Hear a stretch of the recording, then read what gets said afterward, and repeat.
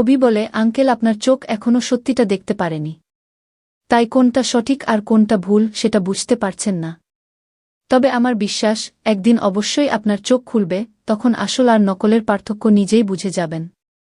ঝুমকি বলে, বাবা আমার জন্যই কি তুমি আটকে যাচ্ছ? আমি না থাকলে হয়তো তুমি অনেক আগেই এদের সঙ্গে এগিয়ে যেতে পারতে। হিরণ্ময় রেগে বলে, অভি তোমার এই আদর্শ স্ত্রী আমার মেয়ের গায়ে হাত তুলেছে। এতে আমার চোখ আরও খুলে গেছে। চাইলে আমি এখনই মামলা করতে পারতাম। আমার মেয়ের সঙ্গে যা হয়েছে সেটা আমি এত সহজে ভুলে যাব না।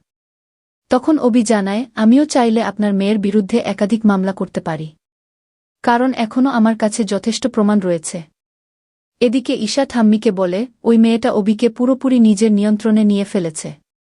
এখন আমাদের কিছু একটা করতেই হবে। এরপর ঈশা বলে, শিখা এই বাড়িতে থাকবে, পড়াশোনা করবে, আর সব সহানুভূতি দেখাবে ওই ছুটির জন্য। ঠিক তখনই শতরূপা এসে কড়া গলায় বলে, ঈশা এখনই শিখার কাছে ক্ষমা চাও।